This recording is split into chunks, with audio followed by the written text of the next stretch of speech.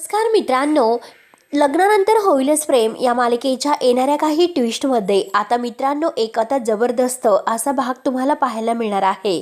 कारण आता ह्या काव्याने मात्र आता स्वतःला वचन दिलेलं असतं की काही झालं तरी शेवटी मी आता काव्या पार्थ देशमुखच राहील आणि अगदी माझ्या देशमुख बोकेला मी परत मिळवेलच. काही झालं तरी आता देशमुखांचं मन मला जिंकायचं आहे, त्यासाठी मला काही करावे लागले तरी सुद्धा चालेल.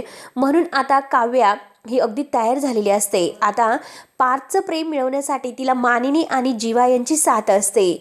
त्यानंतर आता इकडे वसुआत्याही आता ह्या रम्याला सांगत असते की अगं, मला तर कधी कधी त्या काव्याची खूपच भीती वाटते, अगदी काळ्या मांजरीसारखी वाटते. ती काही पार्थला सोडेल की काय मला नाही वाटत. तेव्हा लगेच आता रम्या म्हणते की अगं आई, तू कशाला घाबरतेस?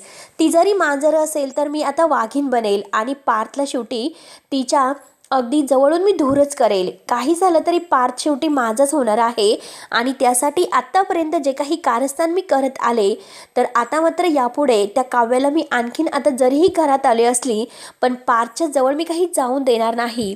म्हणून आता वसुआत्या आणि रम्या एकमेकांशी बोलत असतात. त्यानंतर आता इकडे काव्या ठरवते.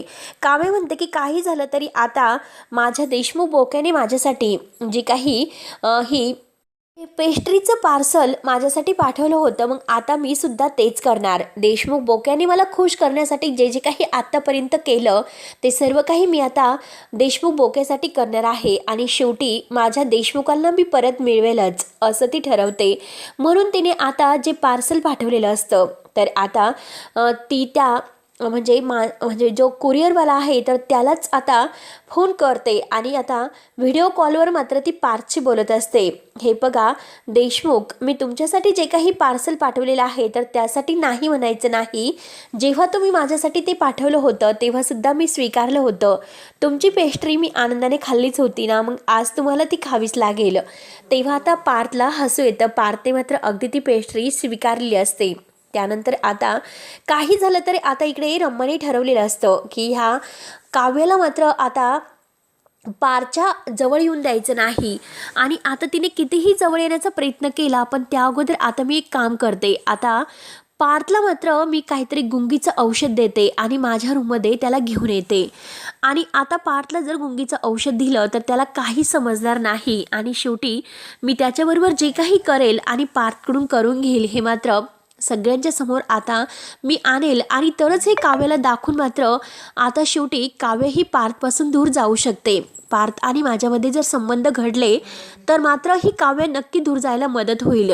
आता रम्याचा हा बेत असतो पण रम्याचा बेत मात्र आता मिथुन काका आणि ह्या काव्याने हाणून पाडलेला असतो.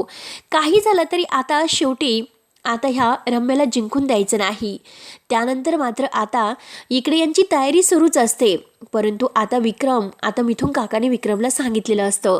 तेव्हा आता मिथुन काका वसुआत्या आणि रम्या या दोघीवर खूपच चिडलेले असतात. कारण काव्याला या घरामध्ये का घेतलंस आणि काय गरज होती? आता त्या नंदिनीला सुद्धा या घरात परत घेऊन येण्याची काही गरज नाही. आता काव्य आणि जीवा यांचं जे काही लफडं हे म्हणजे सगळ्यांच्या समोर आलेलं आहे.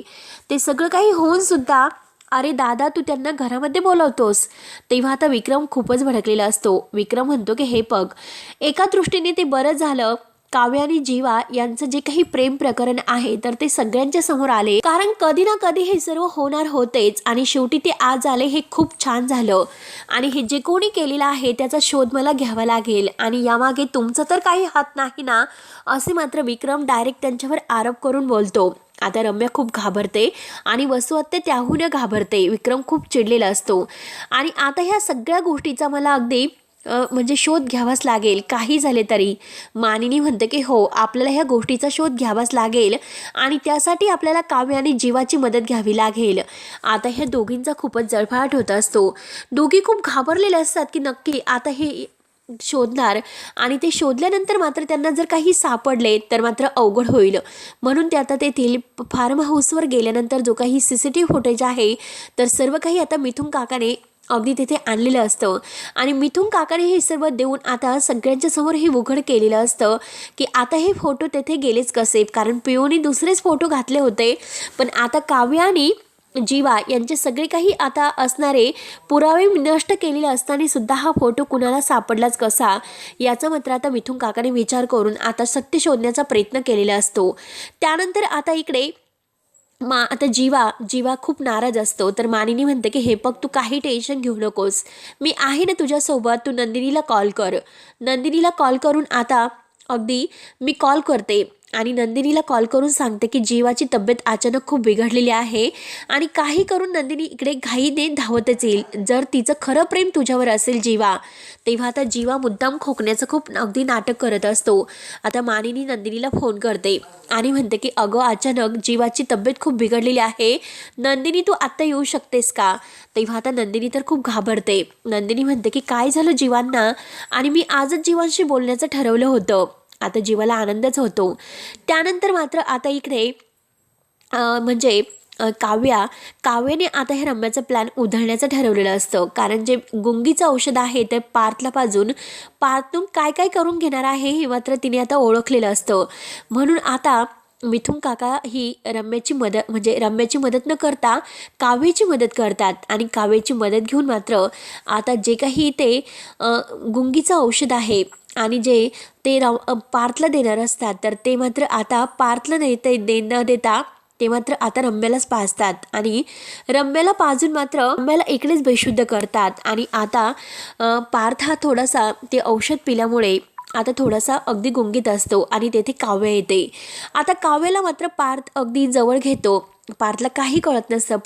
पार्थ आता सगळं काही बोलून जातो. पार्थ म्हणतो की हे पण काव्या, माझं तुझ्यावर खरंच खूप प्रेम आहे मनापासून, पण आता हे सर्व व्हायला नको होतं. तुम्ही कितीही माझ्यापासून दूर गेलात तर मी तुमच्याशिवाय नाही राहू शकत.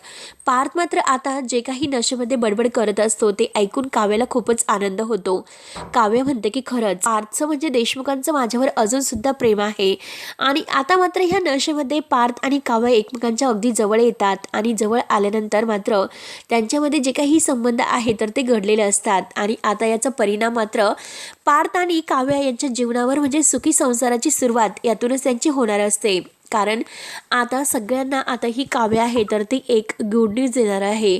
कारण आता काव्याने दिलेली गुड न्यूज ऐकून मात्र पार्थ खरंच आता काव्याचा स्वीकार करतो. काव्याने खरंच आपलं मन जिंकलं आणि काव्याने प्रेमाचं जे काही विश्वास आहे तो सुद्धा परत अगदी कमवलेला असतो. पार्थ तिच्यावर खूप खुश असतो. त्यानंतर आता इकडे नंदिनी सुद्धा घाईने आता जीवासाठी आलेली असते. नंदिनीला सुद्धा आता जीवाशिवाय एकही दिवस चैन वाटत नसतो. म्हणून घाईने ती धावतच येते आणि जीवांना काय झालं असं विचारते. जीवाच्या डोक्यावर मात्र आता मानिनीने पट्टी वगैरे ठेवलेली असते. खरंच जीवाची तब्येत अचानक बिघडली. नंदिनी तू जायला नको होतं, बघ ना जीवाने स्वतःची काय अवस्था करून ठेवली. आता मात्र नंदिनी म्हणते की खरंच माझी खूप मोठी चूक झाली, मी समजून घ्यायला हवं होतं, जीवांचं बोलणं ऐकून घ्यायला होतं आणि काव्याचं सुद्धा. मी जाऊन खरंच खूप मोठी चूक केली. जीवा हे बघा मी आले, आता काही होणार नाही. म्हणून नंदिनी आता जीवाला घट्ट अशी मिठी मारते. त्यानंतर मात्र आता इकडे मिथुन काकाने तो CCTV फुटेज आणलेला असतो आणि त्या CCTV फुटेजमध्ये आता जेव्हा हे चौघही जण तेथे गेले आणि त्या अगोदर तेथे वसवात्या आणि रम्या गेलेल्या आहेत हे सुद्धा आता त्या CCTV फुटेजमध्ये दिसलेलं असतं. म्हणून आता CCTV फुटेज दिसल्यानंतर मात्र आता सगळ्यांनी हे रम्या आणि वसवात्याने केले हे सगळ्यांच्या समोर प्रूव्ह होतं. तेव्हा सगळेजण म्हणजे आता विक्रम तर ह्या दोघीवर खूपच भडकतो आणि आता त्या दोघींना तो घराच्या बाहेर काढण्याचा प्रयत्न करतो. परंतु आता रम्या खूपच भडकलेली असते. रम्या म्हणते की काही झालं तरी ह्या काव्याला मी नाही सोडणार, काव्याला मी काहीतरी दुखापत करणार म्हणजे करणारच. म्हणून ती आता काव्याला दुखापत करण्यासाठी आता मुद्दाम काव्य ही रूमच्या बाहेर येणार असते आणि तेवढ्यात त्या पायरीवर तेल वगैरे ओतून देते आणि काव्य आता त्या पायरीवरून सटकते आणि तोच वेळ तेथे धावतच आता पार्थ येतो. पार्थ मात्र आता काव्याला मिठीत घेतो. काव्याच्या डोक्याला जबर मार लागलेला असतो आणि आता हे बघून मात्र पार्थच्या जीवाची खूप अवस्था कठीण होते. पार्थ म्हणतो की खरंच काव्य तुम्ही ठीक तर आहात ना. म्हणून घाईने आता डॉक्टरांना बोलावलेलं जातं. काव्य चक्कर येऊन पडते. आता चक्कर येऊन पडल्यानंतर डॉक्टर येतात आणि डॉक्टर म्हणतात की काव्याची तब्येत आता एकदम व्यवस्थित आहे, काही टेन्शन घेऊ नका.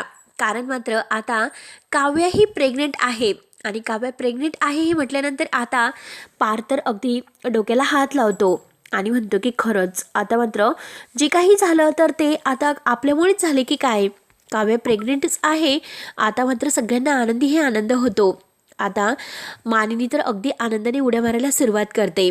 काव्य जेव्हा शुद्धीवर येते तेव्हा सगळेजण अगदी काव्याचं कौतुक करत असतात आणि पार्थ तर अगदी खुश असतो. पार्थ आनंदाने उड्याच मारायला सुरुवात करतो आणि तो काव्याची माफी मागतो. आता काव्य म्हणते की खरंच काय झालं पार्थ, तुम्ही इतके का बदललात? तेव्हा आता पार्थ म्हणतो की काय सांगू काव्या, तुम्ही खरंच खूप खूप मोठी मला गुड न्यूज दिलेली आहे. आज मी इतका खुश आहे, इतका खुश आहे, काय सांगू. आणि आता तुमची तब्येत तर व्यवस्थित आहे ना? काव्य म्हणते की खरंच माझे देशमुख परत मला मिळाले. म्हणून काव्य खूपच खुश होते आणि पार्थ लगेच आता काव्याला घट्ट असे मिठी मारतो. मानिनी त्या दोघांना एकत्र बघून खूप खुश होते. नंदिनी सुद्धा आता शेवटी काव्याजवळ येते आणि काव्याला म्हणते की खरंच तू तुझ्या प्रेमाचा खूप मोठा त्याग केलेला आहे.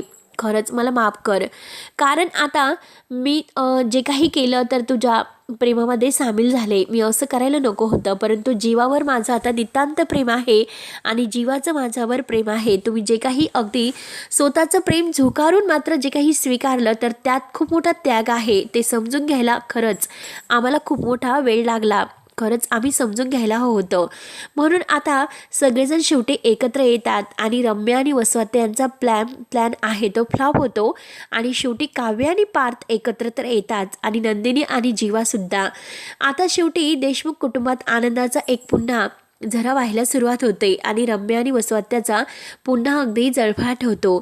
तेव्हा आता मित्रांनो, काव्याने दिलेली गुड न्यूज ऐकून आता देशमुख कुटुंबावर नक्की काय असं आनंदाची आता हा क्षण मात्र देशमुख कुटुंब कसा साजरं करतं हे बघण्यासाठी आपल्या चॅनलला नक्की सबस्क्राईब करत राहा. धन्यवाद.